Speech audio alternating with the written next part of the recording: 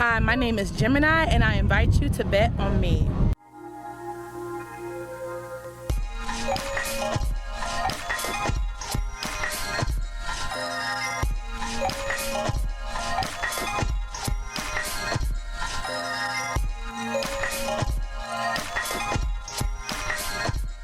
I hail from Honolulu, Hawaii by way of Trenton, North Carolina, but I've been in Durham, North Carolina for 4 years now. What brought you here? The universe, really. I had no real reason to move to Durham other than I felt like the universe was telling me to come. I had been here one time, I came, and I fell in love, and I moved here. So you're an artist. What type of art do you do? I do visual art. A visual artist is just one who conveys messages without the use of words. I prefer a lot of wild, crazy colors myself. But just a visual artist is someone who is able to capture energy, faces, or other images in a way that can be seen in 2D, whether it's on canvas or a regular piece of paper or a booklet. I am actually the artist that is on the front of this year's Art of Cool guide for the festival with Oak City Hustle. I painted a picture of the internet. Nice. You got an autograph? You autographed it? So, weird story. I was catching the last part of Thundercat's performance last night, and I was like, well, since Thundercat was a part of Art of Cool, I just got him to sign a booklet because I didn't have anything else for him to sign. So it's not Sid's signature, but they're like friends, so they're like almost the same person. So, according to Steven, aka Thundercat.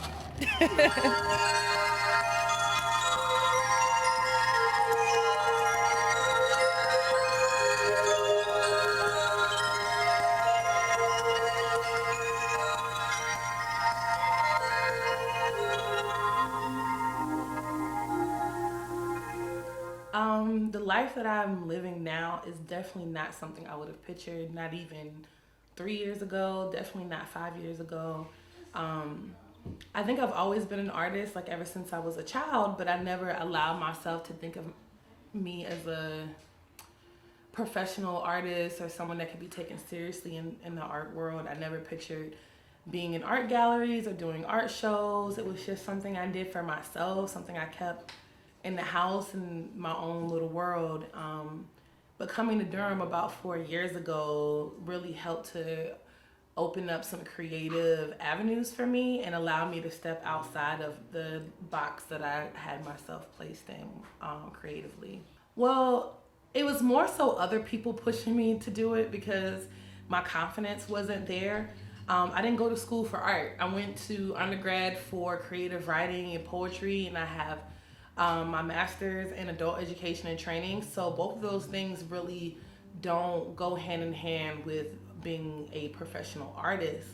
But having mentors and just a tribe, a community around me that saw something in me that I didn't see, and they were like, oh, Jim, I see that you are painting, so you should be a part of this showing, or you should put your work here. And then it just kind of gradually grew on its own from there. And next thing I know, opportunities are kind of literally falling in my lap. I had other local artists, one in particular being Christopher Terrell, who saw my work in its very beginning stages. Another one, Derek Benitez, also saw my work at a very early point and gave me advice and opportunities that I didn't know existed. Raleigh does something every month called First Friday, and so a lot of the beginning of me showing work began in downtown Raleigh for their First Fridays, and then eventually kind of gravitated towards me doing more things here in Durham, and then stepping outside of the Triangle and doing things up and down the East Coast as opportunities presented themselves.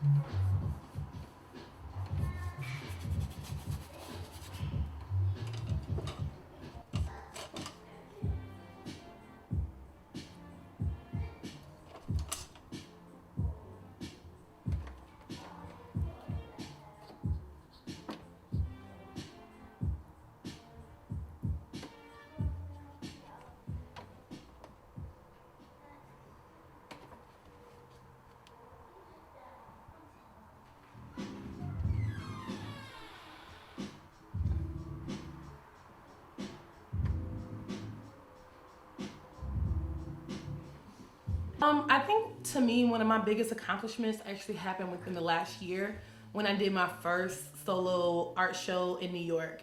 Um, New York being the art mecca of not only the country, but pretty much the world, it meant a lot to me to be a self taught artist and to be in New York doing my thing in Brooklyn. And having the opportunity to show my work to people there who, like I said, are in the heart of where everyone considers to be, the art mecca. So I was really proud of that. Gratifying experiences would be to help heal people with my art.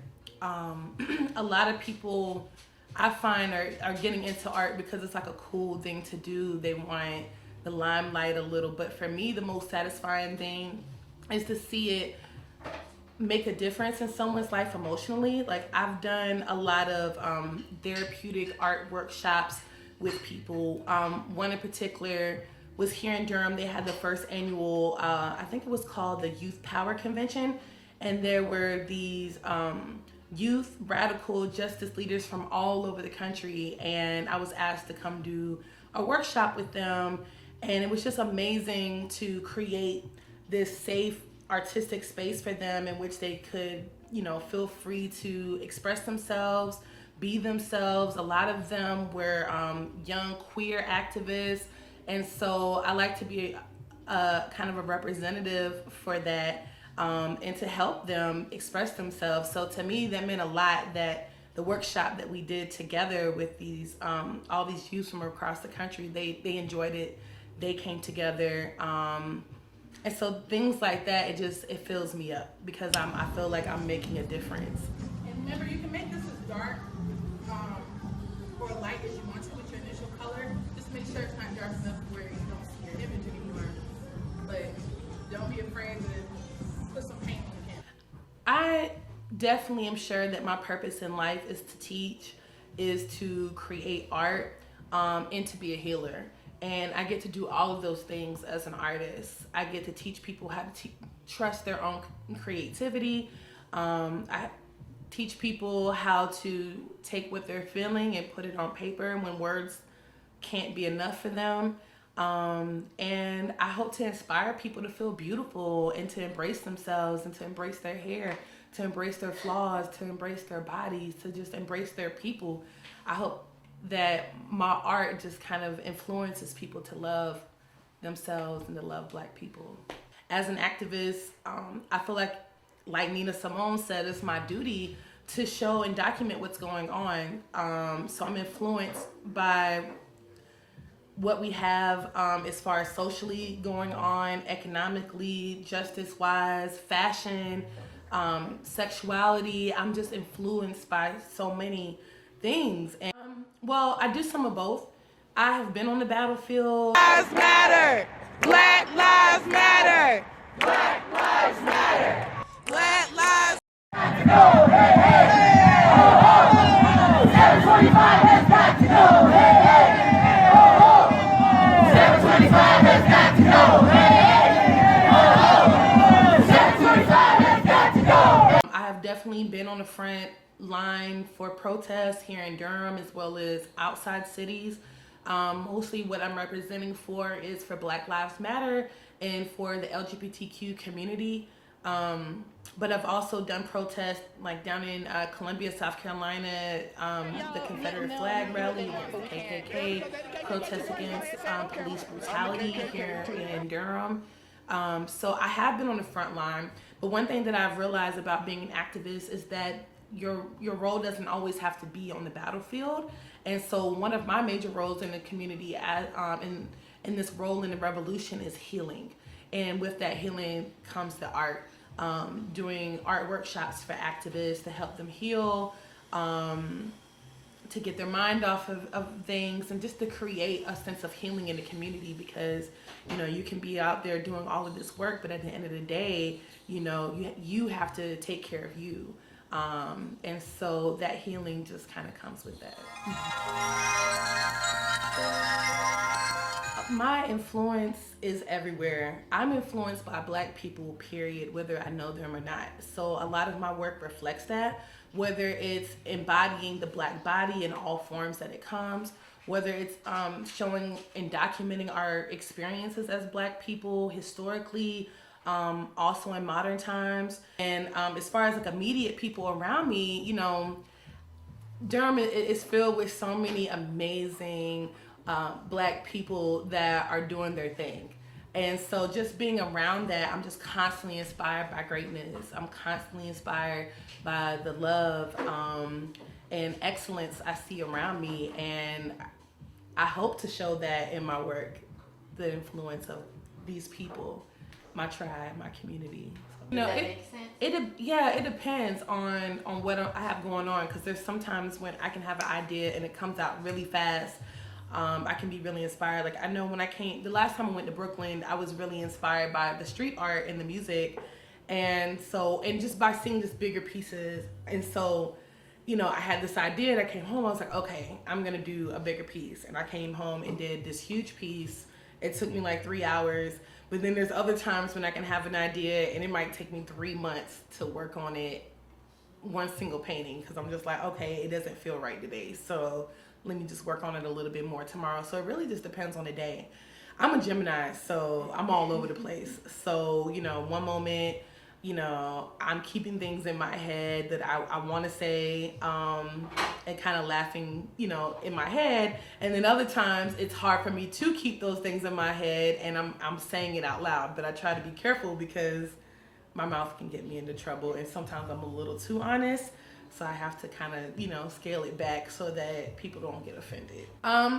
The home studio, it comes for a lot of reasons. Number one, to have a studio downtown is quite expensive. You have a lot of spaces that, for me, if I wanted to have a studio space, I'd be paying at least, you know, $300 to $400 a month. And being an artist in the condition that I'm in, I can't afford to spend that kind of money and not have it guaranteed to come back to me. I also like having the freedom to just be able to create whenever I want to create. If I wake up at 4 o'clock in the morning and I want to paint in my underwear and have a cigarette, then I can do that. I don't smoke cigarettes, but if I wanted to, I could, because I'm in my own space. So I like that. I like being in a more intimate setting where I can have access to my stuff whenever I want it. I don't have to pay extra money. And I have full control over what happens here. So I like that as well.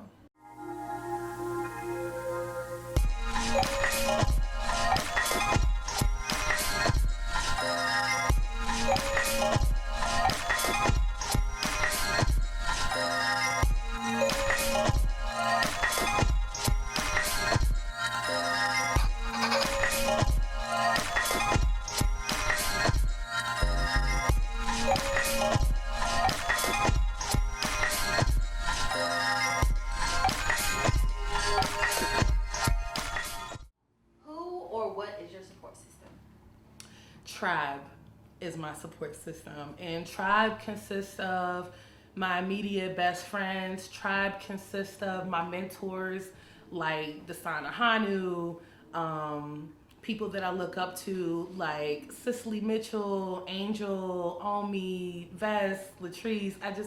I have so many people around me that support me and inspire me. I'm just so inspired by Durham, period.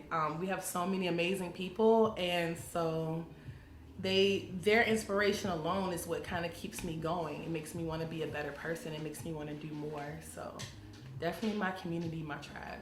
I feel like I might have seen one of her albums over here. Like either in the down Arrival here section. or at the bottom. I think I saw one of her albums. I'm a fan. Yeah. Wasn't he married to her at one point? That was his first wife. I think they were lovers or Roots something. really have what was the soundtrack of Roots exactly? You know, Like people screaming. dear like, massa, let me go.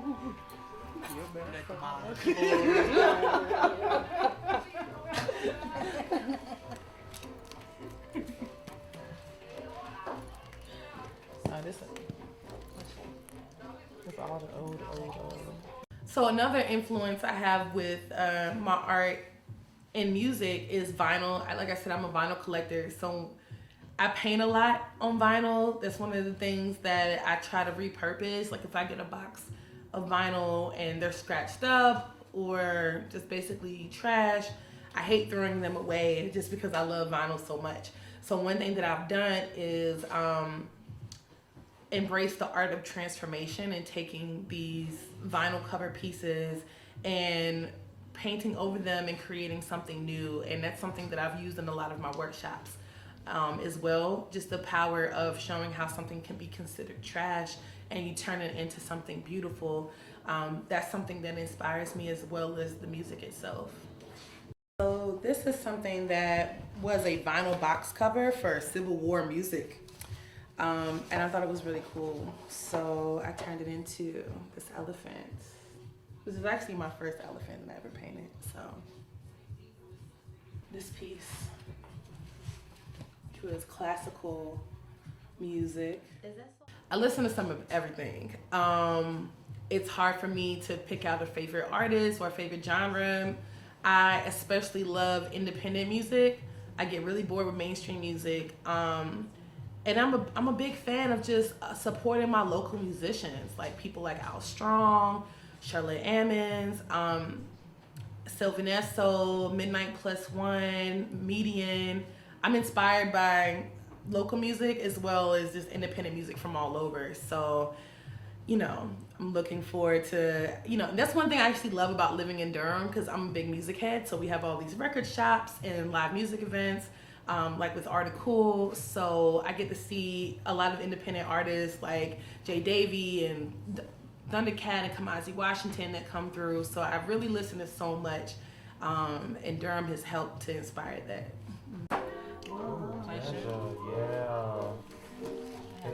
The great thing about vinyl, man, like a lot of the great thing about vinyl was the art itself that went on the cover. Well, mainly poetry. I was actually a poet and still am. I started with poetry almost 10 years ago.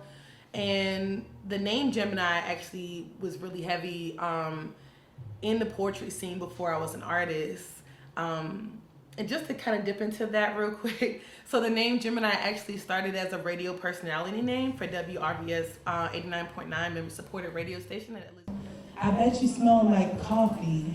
Waking up every part of me that ever dared to sleep on my potential to be better. So Gemini started there, and then it went on to poetry life as I started going to open mics and such in college. And then once I started becoming an artist, it kind of came with me to that end of things. But as far as the writing is concerned, it's mainly poetry. And I also did a couple articles for Oak City Hustle last year, writing on the art of Black hair braiding, and I also did an article on Desan Ahanu, one of my other mentors. So, you know, it just kind of depends, but definitely mainly poetry and performing poetry as well. My Booty album and you last cat name? Theo was sitting on top of the album. I am Elise Leslie. I'm Latrice Brockman. Like, what does tribe member actually mean? I guess for layman's term, it would be BFF. Yeah. Yeah. Okay, so how long have y'all been that tight? Well, I actually met Jim through Elise. Yeah, because me and Latrice have known each other since Treese was a teenager. So I used to date her brother. And, I come home and Elise would be on my couch and I'd be like, hey, you're like, hey, I'm like, okay, I'm gonna do homework now. Where are you? But I had been connected to Jim for a few years just through poetry community, but we didn't know each other. And I guess about a year and a half ago, was it like a year and a half, 2 years? It's about almost 2 years now. About 2 years now. It was the very first article. Yeah. We all hung out together at Article, just kind of randomly ended up hanging out together, and then we went on a big trip to DC like a couple months later. Yeah. And that's when we really connected. We really bonded. Like majorly. So, Yeah. It was nice. Ever since then. Best trip like ever. Christmas wrapping? What? I got that. What's that, Chris? Oh. Breaking sound. Tempted to get it. $5. I'm gonna say, girl, we about to have this. Oh yeah. Best Buy this for me so I can get your discount.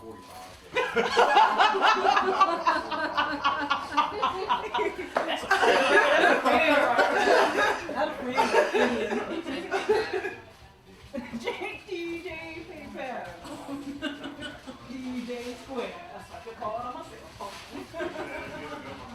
Y'all cool going to be in? Cause it's right behind where I parked at. Where you park at, Latrice? We parked on there. Show about. I don't know the words you're saying. They got it online. What? At Urban Outfitters. I'm like, what?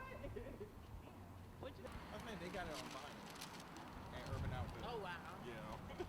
All right, we're gonna cross the street right here. Y'all trying to fight? That's what I was asking. I was like, yeah, when you have to park again. Dinner time too.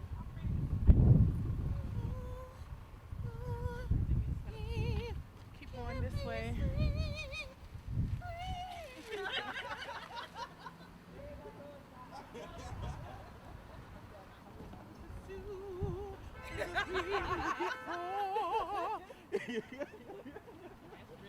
Yeah, that is really me.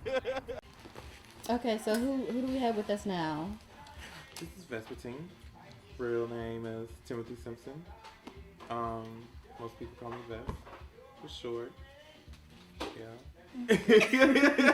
So how did you and Jim become friends? Well, we actually met through a poetry group years ago.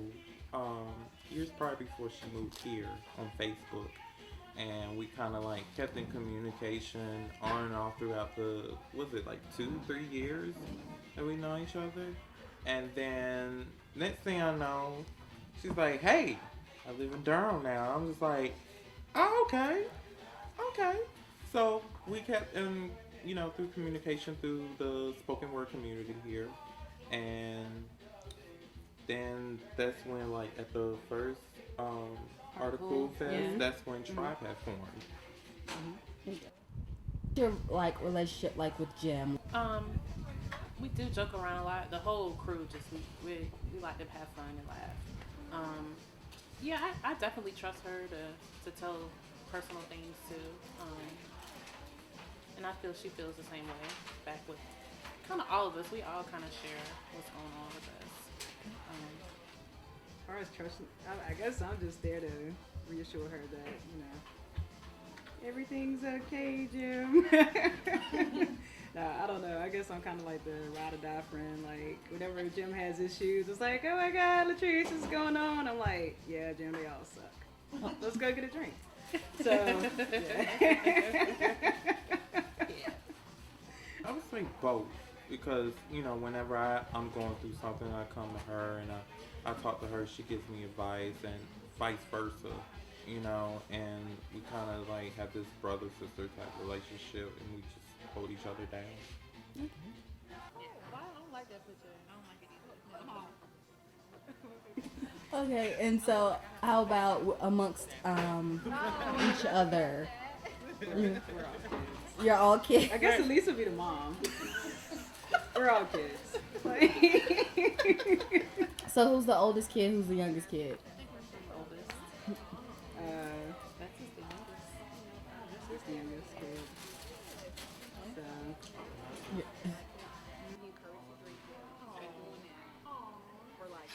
What do you think of her as an artist and performer and just an all-around human being?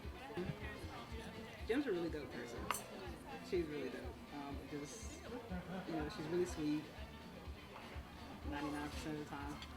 And, and she, like, her art is just phenomenal. Like, it's just, she's so gifted, it's crazy. I see you support. Of course, gotta support the friends, especially when they're really dope. Like, if she was bad, I'd be like, nah. But, no. Jim's, like, super dope. I will support her 100% all the way. Can I say this? Jim is a healer all around. So we laugh and joke all the time. One of the best things about her is that she makes me laugh and she keeps me on the scoop of things. Even when I'm not around, she's like, she always call me up like, bitch, I got some tea for you. Yeah. All right, you got a message for her or something, or you want to tell the world something about her? Gem is dope all around. You know, whether she's doing spoken word or hosting an event, and I just love to be in that atmosphere. Period. And why? Because she's Gem. She's a piece of the Gem.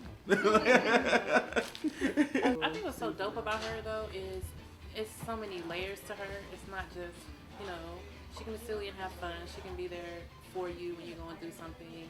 She's an activist. She's an artist. She's just an all-around dope individual, I think.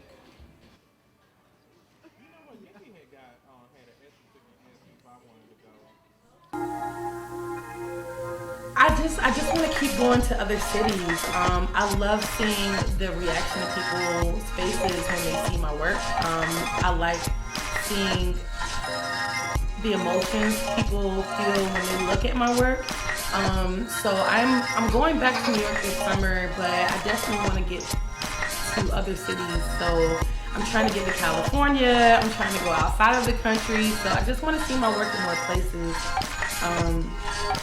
Like I said before, just like even a couple years ago, I didn't picture even being on any walls here in North Carolina. So I'm just trying to expand and constantly challenge myself, meet other artists. I find myself inspired by so many people. So my thing is to travel and to eventually be able to be a full-time working artist and not have to work 10 million jobs to keep the lights on. So.